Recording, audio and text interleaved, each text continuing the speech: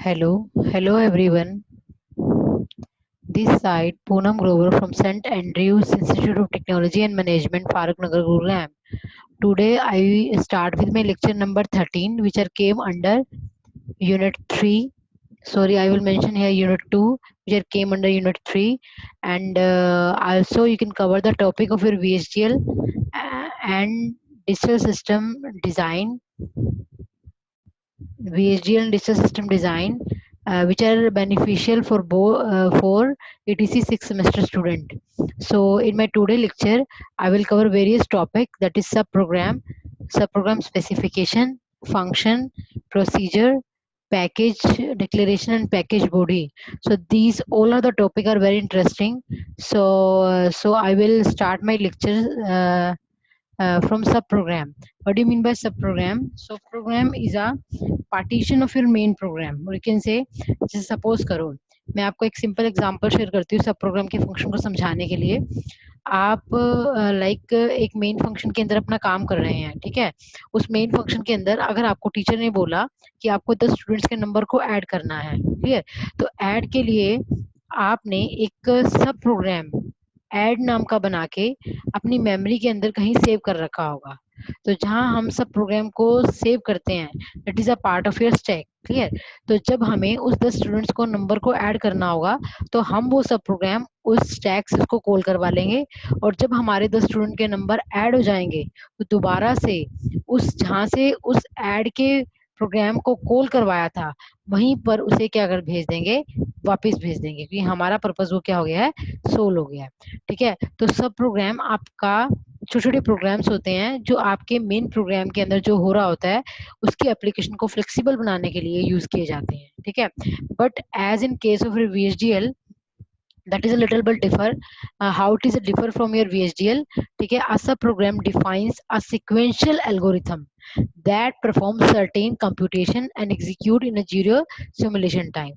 So subprogram it means ये भी कुछ ना कुछ एप्लीकेशन को कंप्यूट करके, किसकी हेल्प से कंप्यूट करेंगे, सिक्वेंशियल एल्गोरिथम की हेल्प से कंप्यूट करके, और जीरो सिमुलेशन टाइम में अपनी वैल्यू को क्या करवाएंगे, रिटर्न करेंगे कि हमारा वो वैल्यू रिटर्न हो गया है।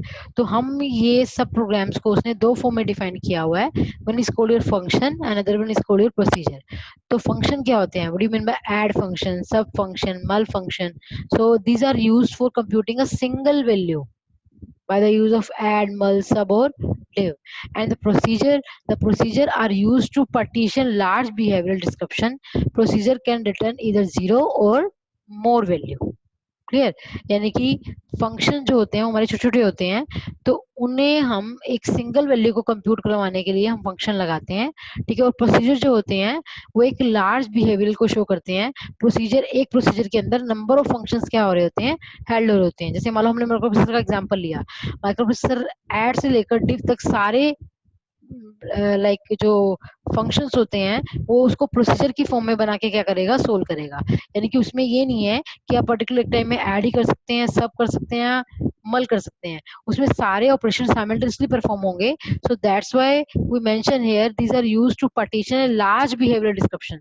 लार्ज मतलब from add to div. So अगर ऐड टू डिव बोला है तो ऐड से लेकर डिव तक सारे प्रोग्राम वो एक ही टाइम में हैंडल करेगा, आइदर ऐड, आइदर सब, आइदर मल और आइदर div, clear.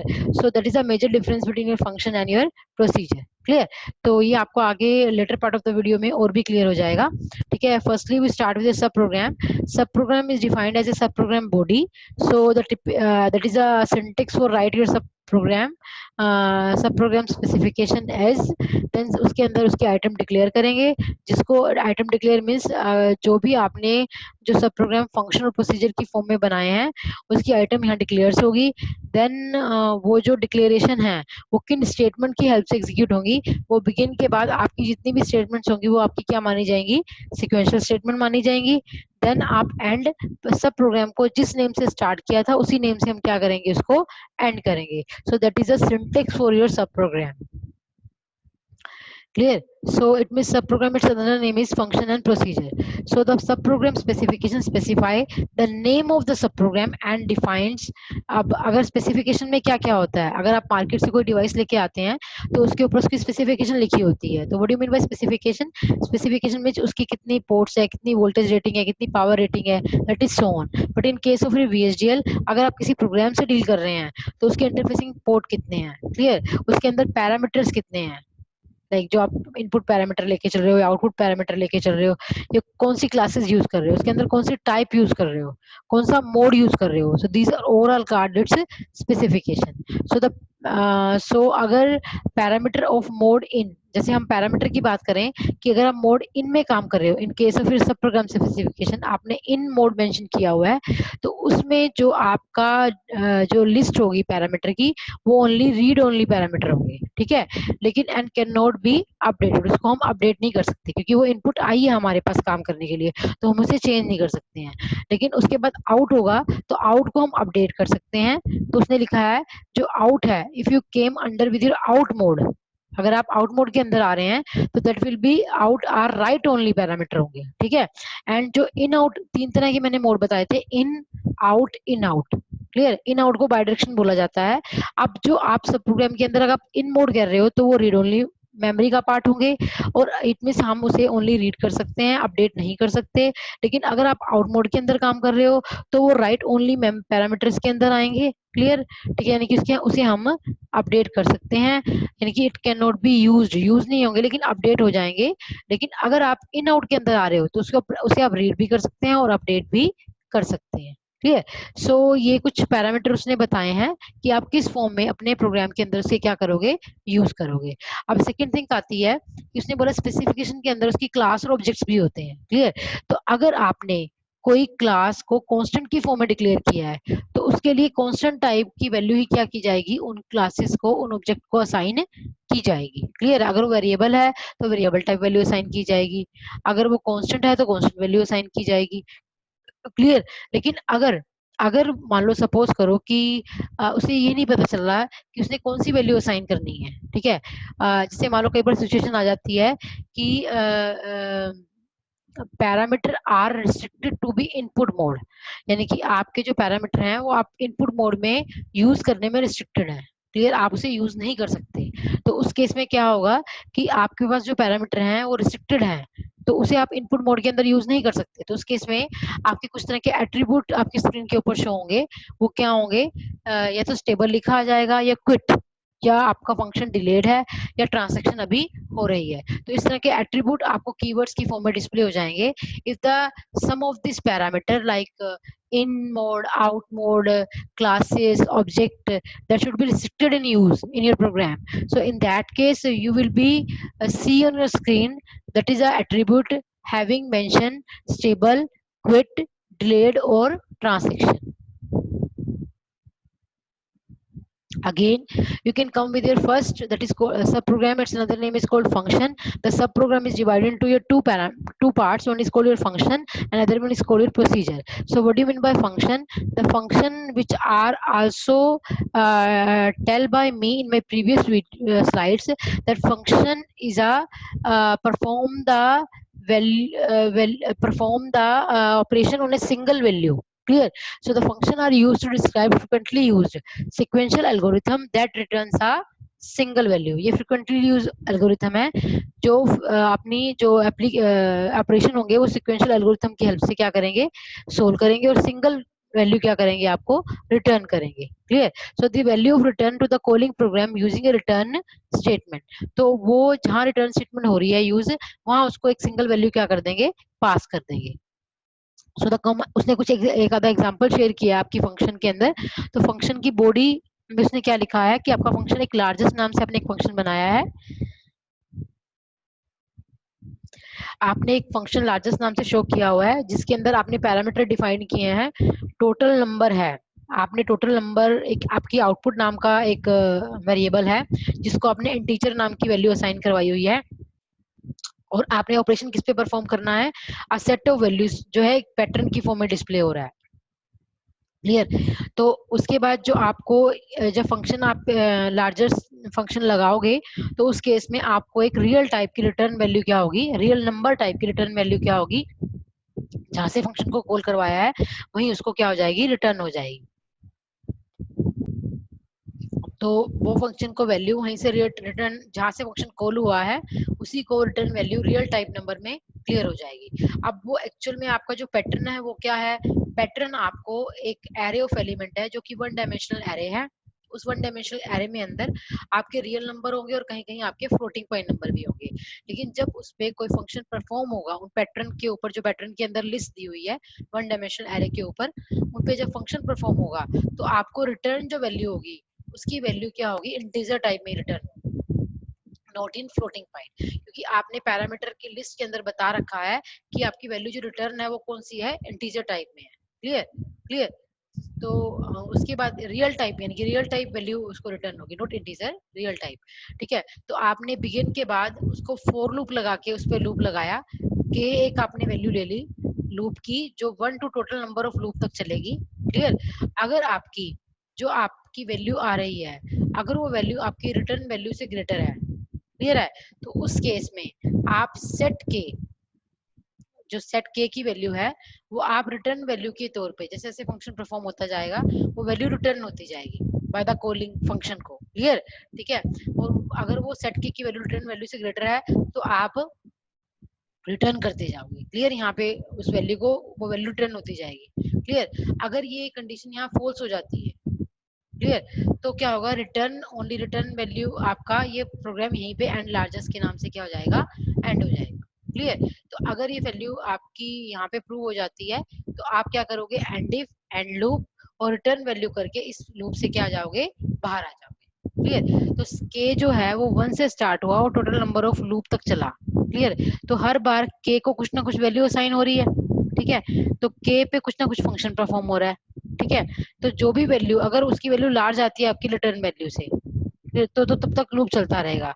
जैसे ही वैल्यू आपकी स्मॉल आएगी रिटर्न वैल्यू से, वो लूप से आप बाहर आ जाओगे, एंड लूप, और उसको वैल्यू रिटर्न करवा के आपका वो प्रोग्राम वहीं पे क्या हो जाएगा, एंड हो जाएगा। Clear. So that is a type of your function. उसने फंक्शन के अंदर एक जैसे उसने लिख रखा है, variable return value comes into existence within the initial value 0.0 every time the function is called, it ceases to exist after the function returns back to the calling program. यानी कि जब हर बार आप लूप चलाओगे तो हर बार आपकी value calling program को क्या हो जाएगी, रिटर्न हो जाएगी। Clear. So the general syntax for sub program specification for a function body is a function name, पहले फंक्शन का नाम होगा, देन पैरामीटर की लिस्ट होगी, फिर उसको जो रिटर्न वैल्यू जिस टाइप में रिटर्न करनी है वो मेंशन होगा। So the parameter list described is a list of formal parameter for the function, कि आपने कौन से पैरामीटर अपने फंक्शन के ले रखे हैं। फंक्शन में उसके पैरामीटर कई तरह के हो सकते हैं, उसकी कांस्टेंट वैल्यू, ऑब्जेक्ट वैल्यू, और उसके like in mode, out mode, ये सारे पैरामीटर्स ही होते हैं। ठीक है। The mode allowed for the parameter is mode in, अगर वो मोड इन है तो also only constant and signal object can be passed as an parameter. ठीक है, अगर वो the default object class is constant, for example in function largest total number is constant and its value can not be modified with in the function point. उसका कहने का मतलब है कि अगर आप उसके अंदर फॉर्मल जो पैरामीटर ले रहे हो वो कांस्टेंट है, क्लियर, तो आप उसकी वैल्यू को ड्यूरिंग द प्रोग्राम चेंज नहीं कर सकते। क्लियर, जो एक बार आएगी वही रहेगी। ठीक है, लेकिन अगर वो, तो उसने उसी को एक एग्जांपल के थ्रू अराइज किया है, वो क्या है, जैसे फंक्शन आपने, उसने बोला है इसको लिखने का सिंटेक्स क्या है, पहले फंक्शन नेम, फंक्शन का नाम क्या है, वीराइज, पैरामीटर लिस्ट उसने क्या डाल रखी है कि आपने एक सिग्नल क्लॉक नेम से लिया है जिसको आपने बिट टाइप वैल्यू असाइन की है। क्लियर है, तो पैरामीटर लिस्ट में आपका उस वैल्यू भी आपने कौन सी असाइन की है, बिट टाइप की। क्लियर। सो ये आपके पोजीशन पैरामीटर हो गए विद नेम्ड एसोसिएशन। क्लियर, ये आगे डिस्कस होगा। आपने उसको रिटर्न में आपने उसको बुलियन, क्योंकि ये बुलियन फंक्शंस होते हैं जो 0 1 की फॉर्म में, तो रिटर्न बुलियन इज लिखा जाएगा। फिर बिगिन के अंदर आप रिटर्न को आपने रिटर्न कब करना है, जब क्लॉक इज इक्वल टू क्या होगा, 1 होगा। एंड क्लॉक नेम इवेंट, जैसे ही आपकी क्लॉक के ऊपर कोई इवेंट अकर होगा, यानी कि जब आपकी क्लॉक 1 से 0 या 0 से 1 पे होगी, तो आपने इस फॉर्म में जो भी जब आपकी क्लॉक नेम 1, जब आपकी क्लॉक 0 से 1 होगी, तो उस पे आपका कोई इवेंट अकर होगा, तो उस टाइम में हर बार आपकी वैल्यू रिटर्न टाइप में आपको जहां से वो फंक्शन कॉल हुआ है वहां से उसकी वैल्यू उसको क्या हो जाएगी, रिटर्न हो जाएगी।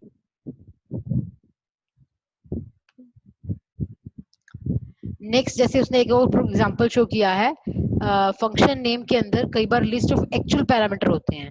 तो लिस्ट ऑफ एक्चुअल पैरामीटर का मतलब क्या है कि हम उन पैरामीटर, जैसे उसने यहाँ लिखा हुआ है आपका जो फंक्शन है उसका नाम है लाइक फंक्शन लिख के, फंक्शन का नाम है सम। सम को आप वेरिएबल असाइनमेंट ऑपरेटर की हेल्प से सम प्लस लार्जेस्ट फंक्शन परफॉर्म कर रहे हो, सम के अंदर कोई लार्जेस्ट वैल्यू ऐड कर रहे हो, और वो वैल्यू ऐड करने पर आपको मैक्सिमम पॉइंट्स की वैल्यू मिलती है और नंबर ऑफ कलेक्शन की वैल्यू आपको मिलती है। क्लियर? तो उसने लिखा हुआ है द एक्चुअल वैल्यू में be associated by position, the first actual value corresponds to first formal parameter and the second actual value corresponds to your second parameter, so they may be associated using named association। it means जब हम, जैसे मान लो suppose मैंने यहाँ पे example ये वाला share किया है, तो इसमें कुछ सिग्निफाई नहीं हो रहा है, ये आपके जो है वो आपका एक्चुअल लिस्ट है, लेकिन जब उस एक्चुअल लिस्ट को आप लाइक कोई वैल्यू असाइन करवाते हो, ठीक है, तो वो पोजिशनल पैरामीटर के अंदर आ जाती हैं, फॉर्मल पैरामीटर बन जाती हैं।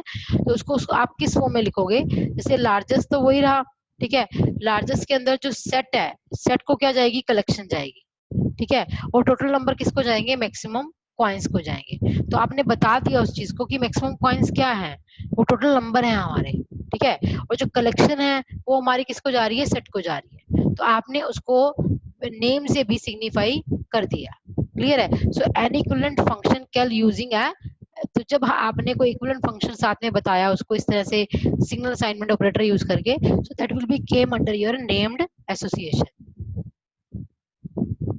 Next, you come with a procedure. What do you mean by procedure? Procedure allow the decomposition of a large behavior into a modular section. It means आप छोटे-छोटे modules बना के उनके behavior को डिकम्पोज करके शो करोगे। In contrast to a function, a procedure can return 0, ये तो 0 वैल्यू भी रिटर्न करेगा, और मोर नंबर ऑफ वैल्यू भी क्या करेगा, रिटर्न करेगा। वो एक सिंगल वैल्यू रिटर्न करता था। That is a major difference between your function and procedure. So इसके अंदर भी हम इन मोड, आउट मोड या इन आउट मोड यूज कर सकते हैं। इसको लिखने का काम भी वही है। उसमें function, function name, then parameter list था। इसमें क्या है, प्रोसीजर है, प्रोसीजर नेम है, और क्या है अंदर उसके पैरामीटर लिस्ट है, ठीक है। सो अगर अब ध्यान से देखिए, the parameter list specify list of formal, इसके अंदर भी फॉर्मल पैरामीटर होते हैं लिस्ट के अंदर। द पैरामीटर में भी कांस्टेंट, वो भी कांस्टेंट भी हो सकते हैं, वेरिएबल भी हो सकते हैं, और सिग्नल भी, जैसे कि आपका फंक्शन के अंदर था। मोड इन भी हो सकता है, आउट भी हो सकता है, और इन आउट भी हो सकता है। If object class of A parameter is not explicitly specified, अगर आप इनके पैरामीटर को एक्सप्लिसिटली बाहर कहीं, यानी कि प्रोग्राम से बाहर एक्सप्लिसिटली स्पेसिफाई नहीं कर सकते, इसका मतलब क्या है कि आप कांस्टेंट के अंदर काम कर रहे हो। वो डिफॉल्ट, बाय डिफॉल्ट क्या है आपका, कांस्टेंट है पैरामीटर लिस्ट के अंदर। If the parameter is of mode in, अगर वो मोड इन है, ठीक है, और वो क्या होगा, एक तो कांस्टेंट होगा और मोड इनके अंदर काम करेगा। लेकिन एल्स, एल्स क्या होगा कि वो कांस्टेंट नहीं होगा, क्या होगा आपका, वेरिएबल होगा। ये पैरामीटर जो है वो आपके आउट और इन आउट मोड में काम करेंगे। क्लियर? उसका मतलब क्या है कि अगर पैरामीटर लिस्ट के अंदर जो पैरामीटर हैं वो कांस्टेंट टाइप के हैं, तो आप इन मोड के अंदर काम करोगे और उसको आप प्रोग्राम से बाहर कहीं स्पेसिफाई नहीं करवा सकते। क्लियर? लेकिन अगर वो पैरामीटर आपके वेरिएबल है, कांस्टेंट की बजाय क्या है, वेरिएबल है, तब आप आउट मोड और इन आउट मोड दोनों में काम कर सकते हैं, और उनको आप एक्सप्लिसिटली बाहर कहीं स्पेसिफाई करवा सकते हो, यूज कर सकते हो। तो उसने क्या किया, जैसे मान लो अगर हमने फंक्शन की बात करते तो फंक्शन में ओनली ये ऐड फंक्शन यूज होता, लेकिन इसमें क्या किया, उसने एक टाइप बना दी ऑपकोड नाम से। आप कौन कौन से ऑपरेशन कोड परफॉर्म करोगे, तो ये लार्ज बिहेवियर हो गया। लार्ज बिहेवियर कैसे हुआ, एड, सब, मल, डिव सारे ही एक में आ गए। क्लियर? और ये क्या हो गया, उसने क्या हुआ, that is a decomposition of a large behavior into a modular section. Decomposition of a large behavior into a modular section. Module, that is add, sum, mul, div, greater than, equal to, less than वगैरह। Clear? So procedure में आपने नाम क्या दिया, procedure को arithmetic unit, उसके अंदर आपने जो पैरामीटर की लिस्ट डिफाइन की है वो क्या है आपकी, ए बी जो है इंटीजर टाइप में है, ओप क्या करेगा, उसका ऑपरेशन कोड है, जेड आपका एक आउटपुट नाम का इंटीजर है जो आपकी आउटपुट वैल्यू को इंटीजर फॉर्म में शो करेगा, और जेड कॉम्प के नाम से आपका जो बुलियन फंक्शन की वैल्यू आएगी वो आपकी इस फंक्शन द्वारा कंटेन की जाएगी। तो आपने बिगिन के अंदर various process statement sequential statement use की है with the help of your case statement op, ठीक है। सो व्हेन ऐड, अगर आप ऐड कर रहे हो तो आपका z को with the help of variable assignment operator क्या जाएगा a प्लस बी, अगला फंक्शन क्या है सब तो a माइनस बी, अगला फंक्शन क्या है मल देन a इंटू बी, अगला फंक्शन क्या है डिव तो आपका a डिवाइड बाय b।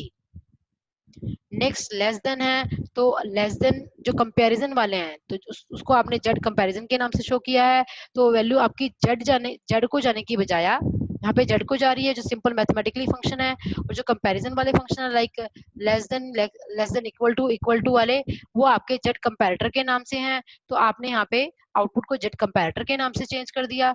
और लास्ट में अगर आपके नंबर ऑफ मॉड्यूल सोल्व हो गए with the help of your sequential statement and case, और एंड क्या हो जाएगा अरिथमेटिक यूनिट हो जाएगा। क्लियर? तो that is one example which we can show by your procedure. Next one, we can also show one more example on the basis of your procedure. That is, procedure आपने किस नाम से बनाया है, rotate left value के नाम से बनाया है। आपने उसके अंदर एक सिग्नल दिया है जो कि एरे टाइप का है। एरे टाइप का मतलब आप उसके अंदर लाइक एक स्टार्ट बिट ले रहे हो और एक स्टॉप बिट ले रहे हो जो कि दोनों वैल्यूज आपकी इंटीजर टाइप में है, और आप जैसे सपोज करो कि स्टार्ट बिट से रोटेट होते हुए स्टॉप बिट पे जा रहे हो या फिर स्टॉप बिट से रोटेट होते हुए स्टार्ट बिट पे आ रहे हो, वो डिपेंड करता है कि आप अप स्टार्टिंग कर रहे हो या डाउन स्टार्टिंग कर रहे हो। तो क्लियर है, तो उस केस में ये फिनोमेना उसने हर चीज में डिस्क्राइब किया हुआ है। आप यानी कि प्रोसीजर आपका रोटेट लेफ्ट नाम से है, क्लियर। उसके अंदर आपने पैरामीटर आपने एरे एक लिया है जिसको आपने इन आउट बिट वेक्टर की फॉर्म में शेव किया है। इट मींस आपका एक तरफ से इन होगा दूसरी तरफ से आउट होगा, और आप रोटेट करते रहोगे एक पर्टिकुलर लूप के अंदर। आपकी स्टार्ट और स्टॉप बिट किस फॉर्म में होगी, इंटीजर टाइप में होगी, क्लियर। रोटेट बाय भी आपकी इंटीजर फॉर्म में होगी। वेरिएबल की वैल्यू आपने फिल वैल्यू के नाम से शो किया है जो कि क्या है आपकी बिट वैल्यू होगी। और लेफ्ट अगर मान लो आप स्टार्टिंग से शुरू कर रहे हो तो लेफ्ट की वैल्यू आपकी क्या होगी, जीरो होगी। लेफ्ट से स्टार्ट कर रहे हो तो वन बाय बिट जब मूव करते जाओगे रोटेट होते जाओगे तो स्टार्टिंग इनिशियल पॉइंट उसका क्या लिया हुआ है, जीरो लिया हुआ है, क्लियर। अब आपने क्या किया, एक फॉर लूप चलाया किसके ऊपर, mac variable 3 in 1 to rotate by loop. जब तक वो रोटेट करेगा तब तक उस लूप को 1 टू एंड टाइम आप चलाते रहोगे, ठीक है। और फिल वैल्यू जो होगी आपने फिल वैल्यू क्या असाइन की वेरिएबल को, फर्स्ट वैल्यू आपकी लेफ्ट जीरो से स्टार्ट हो गई तो एरेंडम उसके अंदर क्या होगा, फर्स्ट आपने स्टॉप बिट से स्टार्ट किया, क्लियर। स्टॉप बिट से स्टार्ट करते हो तो आपका स्टॉप बिट मान लो फाइनल वैल्यू पे 7 पे है, क्लियर। तो आपने डाउन टू स्टार्ट बिट करना है, तो स्टार्ट बिट में आप 1 को ऐड करते जाओगे। डाउन टू स्टॉप बिट मान लो स्टॉप बिट की फाइनल पोजीशन 5 है, डाउन टू क्या हो जाएगा, अगर डाउन टू स्टार्ट बिट 0 होगा, स्टॉप बिट 7 है, स्टार्ट बिट क्या होगा 0 होगा। जब फर्स्ट टाइम लूप चलेगा तो 0 plus 1 1, it mean 7 down to 1, ठीक है। Then 7 down to 2, then 7 down to 3। तो इस तरह से ये लूप क्या चलता रहेगा 1 बाय 1 डाउन की फॉर्म में। तो जब तक आप 7 डाउन टू 7 आ जाओगे तब आपकी क्या होगी, लाइक अगर स्टॉप बिट में +1 ऐड हो रहा है तो जो मैक वेरिएबल है उसकी वैल्यू क्या होगी, अगर यहाँ ऐड हो रही है तो उस केस में उसका जो रोटेट बाय लूप है उसकी वैल्यू कम होती जाएगी डिक्रीमेंट की फॉर्म में, कि लूप घटता जाएगा एरो की फॉर्म में, क्योंकि लेफ्ट से आप किसकी तरफ आते जाओगे, राइट की तरफ आते जाओगे, क्लियर। और लास्ट में जब आपकी फाइनल वैल्यू स्टॉप बिट की स्टार्ट बिट रह जाएगी उसको आप फिल वैल्यू की फॉर्म में असाइन करवा दोगे, and loop then end rotate left हो जाएगा, clear. Next also we show the one example for your arithmetic unit. सो अगर आपने प्रोसीजर का नाम दिया अरिथमेटिक यूनिट, उसके अंदर अभी आपने उसकी पोजीशन बताई है, लेकिन जब आप उस पोजीशन को कुछ वैल्यू असाइन करते हो तो वो क्या होगा आपका नेम्ड एसोसिएशन, और जब तक आपने ओनली पैरामीटर लिस्ट का नाम दिया है तो that is called your positional and positional association. So that is a one major cause which you can done in your procedure either by named or either by procedure or you can say positional association. अब उसके अंदर आता है कि जब आप procedure को list number of sequential और कॉन्करेंट असाइनमेंट स्टेटमेंट की हेल्प से एग्जीक्यूट करवाते हो तो आप अपने प्रोसीजर के अंदर क्या यूज कर सकते हो, आप अपने प्रोसीजर के अंदर नंबर ऑफ सिक्वेंशियल स्टेटमेंट भी यूज कर सकते हो और नंबर ऑफ कॉन्करेंट स्टेटमेंट भी यूज कर सकते हो।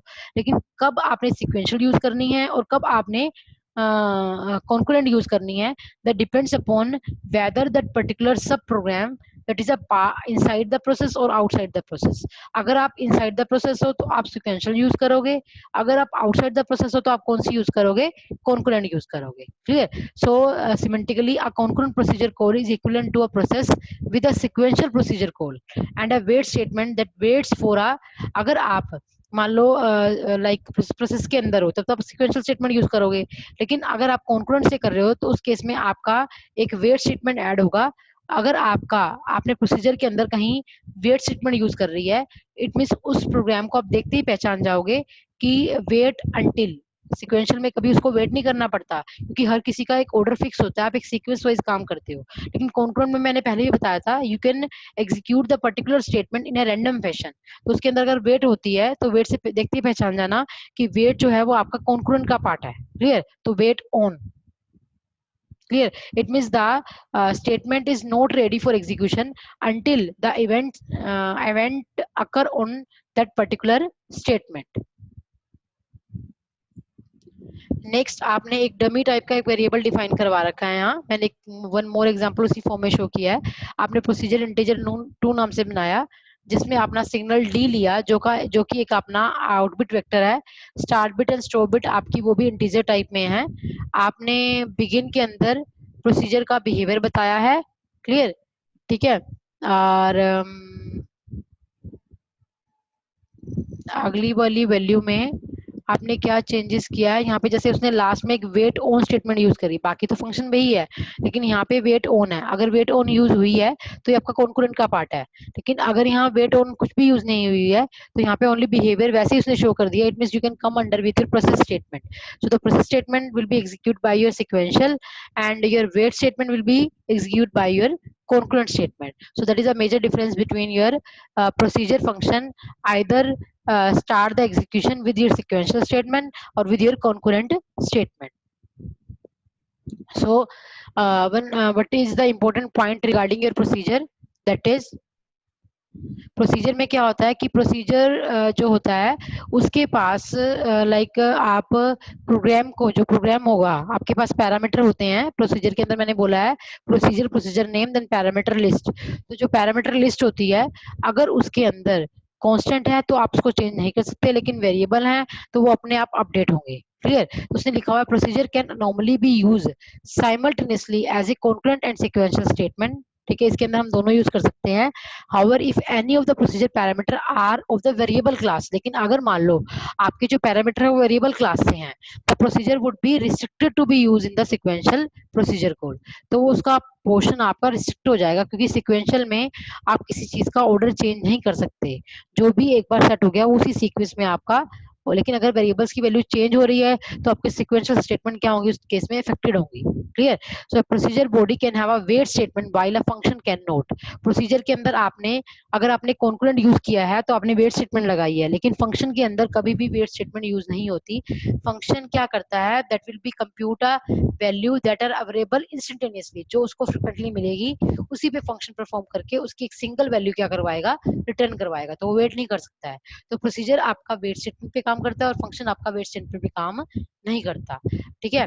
if a process that calls a procedure with a wait statement cannot have a sensitivity list, natural सी बात, अगर वेट होगा तो उसके अंदर सेंसिटिविटी प्रोसेस नहीं होगा, वो मैंने पहले भी आपको बताया है। ठीक है? This follows from that the process cannot be sensitive to signal and also be made to wait simultaneously. ठीक है? Next you come with your package declaration and package body. What do you mean bye package declaration? Package declaration क्या होता है कि package declaration contains a set of declaration that may possibly be shared by many design unit. यानी कि package, हमने एक पूरा packet बना दिया, उस पैकेट के अंदर आपकी नंबर ऑफ डिक्लेरेशंस होंगी, उन डिक्लेरेशन को हम अदर डिजाइन यूनिट्स के साथ क्या करवा सकते हैं, शेयर करवा सकते हैं। क्लियर? यानी कि आप पैकेट को किसी भी डिजाइन नोट के साथ क्या कर सकते हो, शेयर कर सकते हो पैकेज डिक्लेरेशन को, sorry. So it defines the interface. इसके अंदर क्या क्या डिफाइन हो सकता है, किस तरह की डिक्लेरेशन डिफाइन हो सकती है, सब टाइप डिक्लेरेशन हो सकती है, कांस्टेंट डिक्लेरेशन हो सकती है, सिग्नल डिक्लेरेशन होती है, file alias attribute, attribute specification, disconnection specification and use clauses, यानी कि लाइब्रेरी क्लोजेस। और जिस आपने पैकेज जिस नाम से बनाया है उसी नाम से वो क्या हो जाएगा, आपका एंड हो जाएगा। तो इस तरह की जो डिक्लेरेशन होती हैं वो आपकी किसके अंदर आती हैं, आपकी पैकेज के अंदर आती हैं, ठीक है। तो that is called your package declaration, ठीक है। अगर आपने अगर so it defines item that can be made visible by other design node. For example, a function declaration. A package body, in contrast, contains the hidden details of the package. For example, function body. तो जो आपकी जो चीजें जो hidden details हैं, यानी कि उसका पूरा व्यू है जो हमें पैकेज डिक्लेरेशन के अंदर दिखाई नहीं दिया, ठीक है, वो आप पैकेज बॉडी के अंदर डिस्क्राइब करते हो, ठीक है। तो आप पैकेज बॉडी के अंदर क्या डिफाइन करोगे, फंक्शन की बॉडी, जो फंक्शन कर रहे हो उसका बिहेवियर क्या है, ठीक है। जैसे मैंने पैकेज बनाया, उसका एग्जांपल शेयर किया पैकेज डिक्लेरेशन का, सिंथेसिस पैक नाम से बनाया, उसके अंदर मैंने कांस्टेंट टाइप की मैंने बोला है, उसके अंदर कई तरह की डिक्लेरेशन आती है, कांस्टेंट डिक्लेरेशन, ठीक है। कांस्टेंट डिक्लेरेशन क्या है, फ्रॉम लो टू हाई, जो कि टाइम टाइप की है, टाइम की वैल्यू क्या है 20 नैनो सेकेंड, ठीक है। टाइप भी यूज कर सकते हो, सब टाइप भी यूज कर सकते हो। टाइप क्या है आपकी, ALU operation from add to equal. Attribute declarations होती हैं जिसमें पाइपलाइन है, वो बुलियन टाइप की हैं। फिर आपने टाइप किया हुआ है जो एमबीएल नाम से है, और जिसके अंदर चार फंक्शन, चार आपने भी डिफाइन किए हुए हैं, अनडिफाइंड, 0, 1 एंड 0, क्लियर। सो आपने आगे टाइप जो है वो एमबीएल वेक्टर नाम से बनाई है, जो कि एरे टाइप है, जो नेचुरल रेंज की फॉर्म में काम कर रहा है आपका, ठीक है। अगर आपने टाइप की सब टाइप बनानी है तो वो भी डिक्लेयर करवा सकते हो। तो ये आपकी किसकी सब टाइप है, एएलयू आपकी क्या है, बेस टाइप है, उसकी सब टाइप क्या बना दिया आपने, माई एलयू ऑपरेशन के नाम से। फंक्शन कहाँ से कहाँ परफॉर्म करेगी, ऐड से लेकर डिव तक। तो ऐड से लेकर कहाँ जाएगा आपका, डिव तक। आप कंपोनेंट डिक्लेरेशन भी कर सकते हैं। कंपोनेंट डिक्लेरेशन में आपने एक नैन टू लिया, आपने पता है कि आपके नैन में दो इनपुट्स होती हैं और एक क्या होती है आपकी आउटपुट होती है, और सी क्या हो जाएगा आपका आउटपुट। तो आप किसी तरह की डिक्लेरेशन जो मैंने आपके सिंटेक्स में शो की हैं उसके अकॉर्डिंग आप subtype, constant, signal, file, alias, component, तो मैंने कुछ डिक्लेरेशन को मैंने इस पार्ट में क्या किया, आपके डिक्लेयर किया। सो that is example of your package declaration. Here we show one more example of a package declaration, so you can see itself. So उसने बोला हुआ है, अगर item declare in a package declaration can be accessed by other design node by the using library or use context clauses. अगर आपने जो declaration जो है वो अपने पैकेज के अंदर डाली हैं, अगर उन डिक्लेरेशन को आप किसी अनदर डिजाइन यूनिट के अंदर यूज करवाना चाहते हो तो आपको कुछ लाइब्रेरी फाइल्स और कुछ कॉन्टेक्स्ट क्लोजेस यूज करने होंगे। उनकी हेल्प से आप उन डिक्लेरेशन को किसी और डिजाइन यूनिट के साथ क्या करवा सकते हैं, शेयर करवा सकते हैं, ठीक है। The set of common declaration में आल्सो इंक्लूड, जैसे मान लो कुछ कॉमन फंक्शंस होते हैं जो सभी जगह अप्लाई होते हैं, ठीक है, तो उनको हम बोलते हैं फंक्शन या प्रोसीजर, जिसको अदर फॉर्म में उसने क्या बोला है, डेफर्ड कांस्टेंट डिक्लेरेशन, इसको क्या बोलते हैं, डेफर्ड कांस्टेंट। तो वो जो डेफर्ड कांस्टेंट होंगे वो हमेशा सेपरेट डिजाइन नोट कैरी करेगा, जिसको हम क्या बोलेंगे, पैकेज बॉडी। तो पैकेज डिक्लेरेशन के अंदर आपके फंक्शन और प्रोसीजर नहीं आते हैं, वो कहाँ आते हैं, आपके पैकेज बॉडी के अंदर। इट मीन जो डेफर्ड कांस्टेंट डिक्लेरेशन है वो कहाँ आएंगी, आपकी पैकेज बॉडी के अंदर, ठीक है। ठीक है, तो उसने यहाँ पे उसका एग्जांपल शेयर किया है। पैकेज बॉडी का नाम वही होगा जो आपने पैकेज डिक्लेरेशन के अंदर दिया है, that is the syntax for your package body, ठीक है। तो उसने बोला है package body primarily contains a behaviour of the subprogram. जो आपने डिक्लेरेशन आपने पैकेज डिक्लेरेशन के अंदर डिक्लेयर किए हैं उसमें आपने जो जो डिक्लेयर किया है उसका जो बिहेवियर होगा वो आपका पैकेज बॉडी के अंदर क्या होगा, डिफाइन किया जाएगा, ठीक है। और आपने ये भी बोला है कि जो फंक्शन और प्रोसीजर होते हैं वो भी आपके पैकेज बॉडी के अंदर होते हैं, जिसको हमने क्या बोला था, डेफर्ड कांस्टेंट बोला था। तो वो भी क्या करेंगे, आपके पैकेज बॉडी के अंदर अपना फंक्शन परफॉर्म करेंगे। तो उसका सिंटेक्स वही है, package body package name is. Package body लिखने के बाद जो आपने पैकेज डिक्लेरेशन के अंदर पैकेज का नाम लिखा था वही नाम आप यहाँ यूज करोगे। फिर पैकेज बॉडी के अंदर आइटम डिक्लेयर होंगी, तो वो कौन कौन सी आइटम्स होंगी आपकी, सब प्रोग्राम्स बॉडी भी हो सकती हैं, सब प्रोग्राम मतलब फंक्शन और प्रोसीजर होंगे, बाकी आपकी वही सेम है। सब प्रोग्राम के अलावा टाइप एंड सब टाइप जो आपने उसमें यूज की थी, फाइल एनालाइज भी यूज की थी और यूज क्लोजेस भी यूज किए थे, यानी कि ये दो चीजें ऐड होने की वजह से आपकी फंक्शनल डिक्लेरेशन किसमें चेंज हो गई है, फंक्शन बॉडी के अंदर। और can say deferred constant add होने की वजह से फंक्शन डिक्लेरेशन आपकी फंक्शन बॉडी के अंदर चेंज हो गई है। तो मैंने फंक्शन बॉडी को भी एक एग्जांपल के थ्रू शेयर किया है। वो क्या है, आपने एक प्रोग्राम बनाया है पैक नाम से, कांस्टेंट वैल्यू उसके अंदर क्या है, प्रोपेगेशन डिले के नाम से, जो कि टाइम टाइप वैल्यू है, जिसको वैल्यू आपने असाइन की है 15 नैनो सेकेंड। अब आपने पिछली वाले प्रोग्राम डिक्लेरेशन के अंदर एंड को एक कंपोनेंट डिक्लेयर करवाया था, मैंने यहाँ एंड को एक फंक्शन डिक्लेयर करवा दिया। अगर वो फंक्शन डिक्लेयर करवा रहा है तो वो एंड टाइप का फंक्शन डिक्लेयर करवा रहा है, जिसकी इनपुट है वो एमबीएल टाइप में है, रिटर्न वैल्यू भी क्या होगी आपकी, एमबीएल टाइप में होगी। यानी कि जब आप फंक्शन डिक्लेयर करवा रहे हो तो आपको रिटर्न वैल्यू जिस फॉर्म में दी उसी फॉर्म में क्या हो जाएगी, आपकी रिटर्न हो जाएगी। और एंड आपने एक फंक्शन डिजाइन करवाया तो एक क्या डिफाइन करवाया उसके अंदर, प्रोसीजर। तो प्रोसीजर किस नाम से लिया आपने, लोड नाम से, जो कि क्या है, वैल्यू को लोड करवा रहा है। किस तरह की वैल्यू को लोड करवा रहा है, एरे टाइप में। वैल्यू लोड तब होती है जब किसी चीज की एक इनबिट हो और एक क्या हो, आउट हो, यानी कि इस तरफ से एक तरफ से लोडिंग हो रही हो और एक तरफ से एग्जिट हो रही हो। तो उसने एरे नेम को इन आउट के नाम से मोड में स्टार्ट किया है। तो जहां से उसका इन होगा वो स्टार्ट बिट होगी, स्टॉप बिट होगी, और उसकी कुछ इंटीजर वैल्यू की फॉर्म में होगा, वो इंटीजर टाइप का होगा। क्लियर। यहाँ पे बिगिन के बाद इसका पूरा बिहेवियर जो है with the help of sequential statement, आप इस पूरे प्रोसीजर का बिहेवियर इस बिगिन पार्ट के बाद बताएंगे।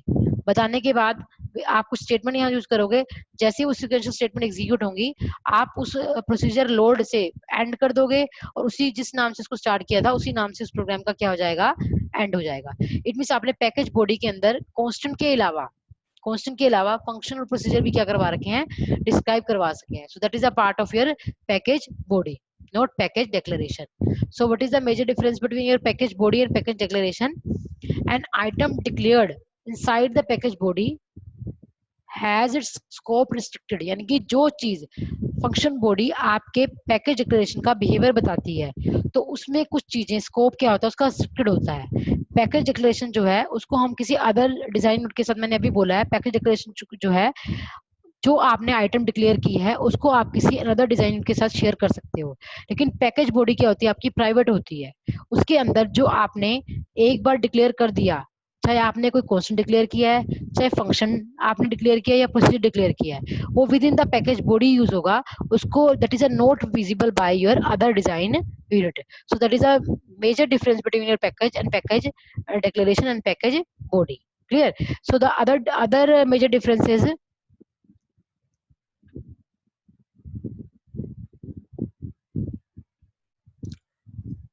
उसने बोला है a sub program written in any other language can be made accessible to design unit by specifying sub program declaration in a package declaration without a sub program body in its corresponding package body. The association of this sub program with its declaration in the package is not defined by language and is therefore tool implementation specific. So I will end my video. I think आपको ये चीजें सारी clear हो गई होंगी. I can overview my all of these slides which we can cover today. That is, आपने सब programme के बारे में पढ़ा। सब प्रोग्राम को आपने दो चीजों की फॉर्म में डिफाइन किया, फंक्शन और प्रोसीजर। मैंने फंक्शन और प्रोसीजर को विद एग्जांपल और with the help of specification आपको एक्सप्लेन किया। What do you mean bye formal parameter, what do you mean by actual parameter. ठीक है, तो फंक्शन आपने नेम्ड एसोसिएशन पढ़ा, पोजीशन एसोसिएशन पढ़ा। ठीक है, तो इसी तरह के क्वेश्चंस आते हैं कि what do you mean bye named association in case of your procedure and what do you mean bye position association in case of your procedure. ठीक है, पैकेज डिक्लेरेशन क्या है, पैकेज बॉडी क्या है, या right A short note on, जैसे लिखा होगा फंक्शन के ऊपर शॉर्ट नोट लिखो। तो हर एक चीज का आपने सिंटेक्स लिखना है और उसको एक एग्जांपल के थ्रू क्या करना है, क्लैरिफाई करना है। सो मैंने भी उसी तरह आपको अपनी वीडियोस के अंदर शेयर किया है। ठीक है, थैंक यू वेरी मच।